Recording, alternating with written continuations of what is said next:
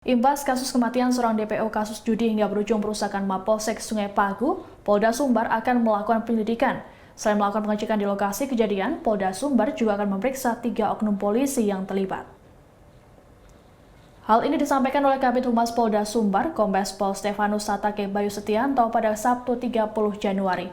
Bayu menjelaskan pihak Propam dan Itwasda Polda Sumbar sudah turun ke lokasi untuk mengecek terkait pelaksanaan penangkapan pelaku judi berinisial DS. Bukan hanya itu, 3 oknum polisi yang terlibat dalam proses penangkapan tersebut juga akan diperiksa.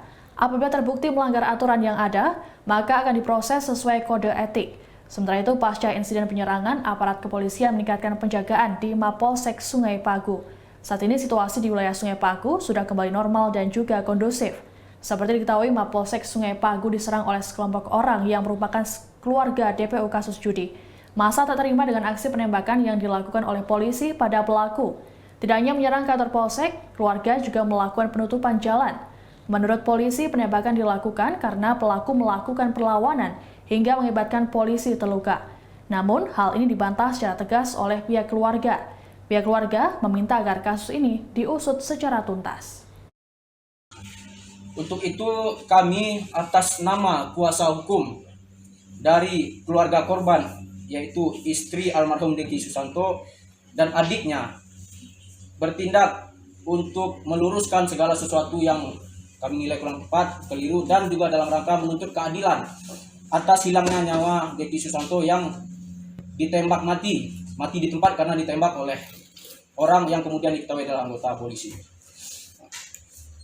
Adapun kejadian pada tanggal 27 Januari sekitar pukul 14.30 tersebut, awalnya itu ada orang yang datang, 2 mobil rombongan, itu langsung mendatangi rumah korban.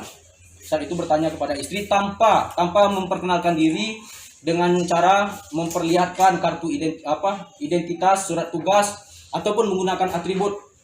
Yang mana dari kejadian itu orang-orang yang datang tersebut dapat kita katakan tidak sesuai dengan SOP atau protap kepolisian kalau memang itu penegakan hukum. Nah, terus tanpa ada surat perintah penggeledahan, tiba-tiba saja mereka langsung masuk ke rumah dan memburu Deki Susanto almarhum. Hal ini tentu saja menjadi menjadi sebuah teror bagi keluarganya.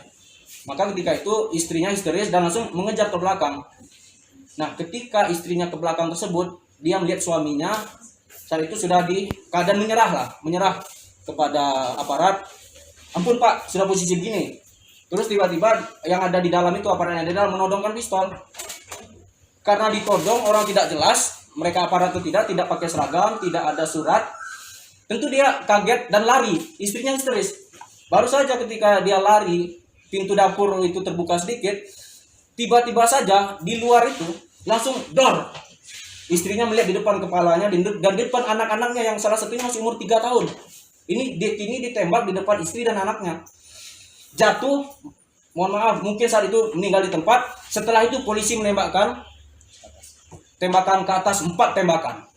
Itu hasil investigasi kita. Kita bisa pertanggungjawabkan itu. Ditembak dulu, jatuh, baru tembakan sesudah mungkin itu. Bukan tembakan peringatan.